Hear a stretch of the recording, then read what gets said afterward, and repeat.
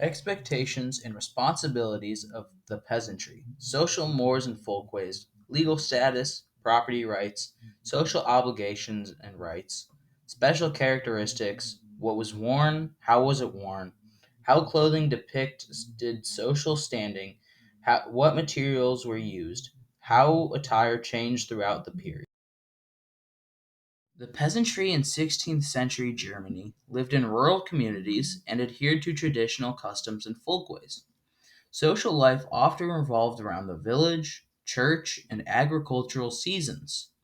Folk traditions and superstitions played a significant role in daily life. The legal status of peasants in 16th century Germany varied based on the region and specific feudal system in place. Many peasants were serfs, bound to the land they worked and subject to the authority of local nobility. Peasants in this period typically did not own land themselves.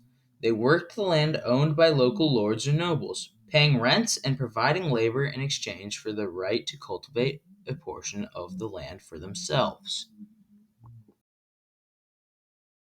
Peasants had various obligations to their lords, including labor on the lord's estate, providing a share of their harvest, and sometimes military service. They had limited political rights and were under the authority of the local nobility. Peasant clothing in 16th century Germany was practical and modest. Men typically wore tunics, hose, and simple hats, while women wore dresses and with aprons.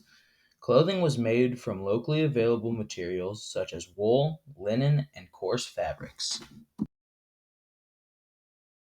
Social standing among peasants could be reflected in the quality of their clothing. Wealthier peasants might have slightly better quality garments, while those with fewer resources might wear simpler and more worn attire. Clothing materials were based on what was locally accessible. Wool and linen were commonly used, and the availability of dyes influenced the color of clothing. Imported fabrics were less common among peasants due to cost. 16th century Germany, peasants' clothing evolved from simple, practical attire made of rough wool and linen to incorporate more colorful fabrics and regional variations. By the end of the century, some adopted elements of Renaissance fashion while still prioritizing durability for their labor intensive lifestyles.